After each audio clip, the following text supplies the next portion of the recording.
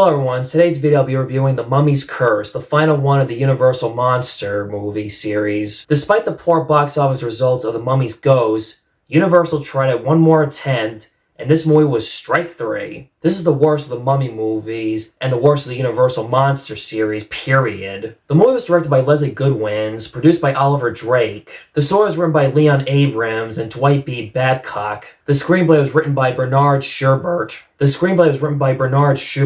The movie stars Lon Chaney Jr., Peter Coe, and Virginia Christine. Now, once again, the plot is very straightforward as a third grade's handwriting or book.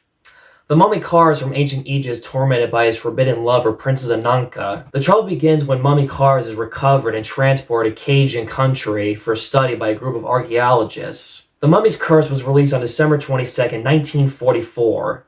This movie came out the same day as the first Mummy movie 12 years prior. How ironic is that? This movie also came out the same year as The Mummy's Ghost by 6 months apart. This movie was rushed too quickly. They did not take their time. This movie's a mess.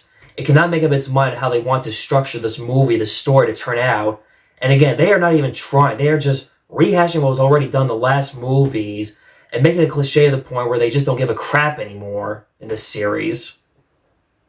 And this movie really killed the Mummy franchise of the Universal Monsters. I'm not trying to bother repeating myself what I said in my last videos on how cliche these sequels keep getting, which they are.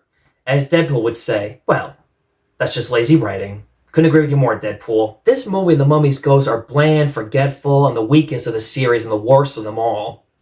This was another one I rarely watched as a kid growing up. I saw it maybe once or twice, forgot about it, and moved on. Oh yeah, and this movie takes place in 1995. Again, not accurate, and they did not know what the 1990s was going to be like.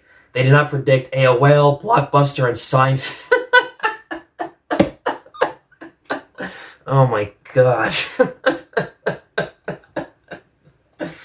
And Candyman 3 took place in 2020. Again, not accurate, and they did not predict the coronavirus pandemic. I'm not into fashion, but I know we did not dress up like this back in the 1990s.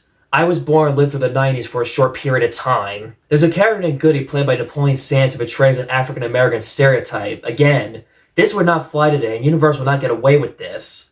His famous catchphrase, "The mummy's on the loose, he dances with the devil!" Virginia Christine is bad. She's bland, boring, dull as the reincarnation of Princess Ananka and Cliche.